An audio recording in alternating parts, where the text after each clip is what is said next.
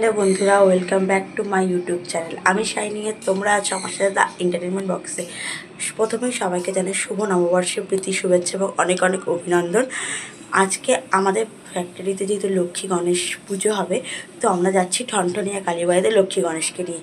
তো চলো তোমাদেরকেও সাথে নিয়ে যাই। তো চলো যাওয়া যাক। আমরা এখানে লক্ষ্মী গণেশ আর খাতা নিয়ে নিয়েছি। তো এই ডালির নিয়ে যাব হচ্ছে মন্দিরে, ঠনঠনিয়া কালী মন্দিরে। আমরা চলে এসেছি ঠনঠনিয়া কালী মন্দিরে। তো সামনেই মন্দিরটা তোমাদেরকে দেখাচ্ছি, দাঁড়াও। মন্দিরের সামনেই এত সুন্দর পায়রার একটা ঝাঁক ছিল, আর দেখো কি সুন্দর লাগছে। তো আমরা পৌঁছে গেছি ঠনঠনিয়া কালী মন্দিরে। এইটা হচ্ছে ফ্রন্ট সাইডের লাইন, যথেষ্ট বেশি লাইন রয়েছে ফ্রন্ট সাইডে। এবার আমরা ঠিক তার পাশের গলিটা দিয়ে ভেতরে যাব।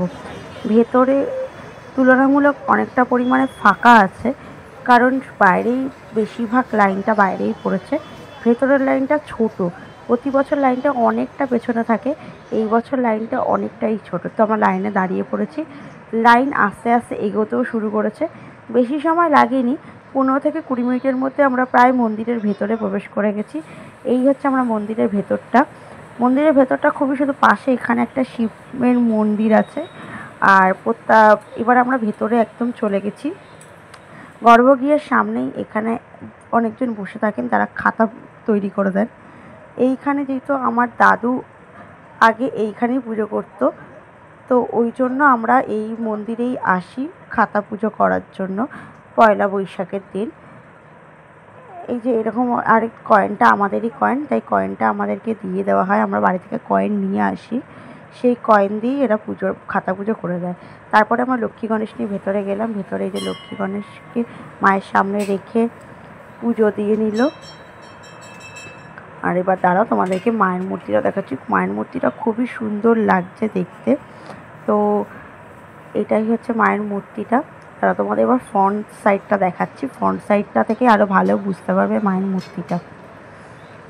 এটাই হচ্ছে ফ্রন্ট সাইডের মায়ের মূর্তিটা। খুব ভালো লাগলো আজকে দেখে, কারণ আজকে তুলনামূলক অনেক ফাঁকা ছিল।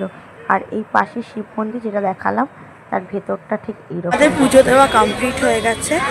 তুলনামূলক এত বছরে আজকে তুলনামূলক লাইন অনেক হালকা ছিল। তো এবার আমরা জুতো পরে বাড়ির দিকে রওনা দেব। বাড়িতে এসে কারখানার ওপরে আমাদের এই জায়গাটা লক্ষ্মী গণেশ থাকে, তো সেখানেই আমরা লক্ষ্মী গণেশকে রেখে দিলাম। আমরা মন্দির থেকে বাড়ি এসে গেছি।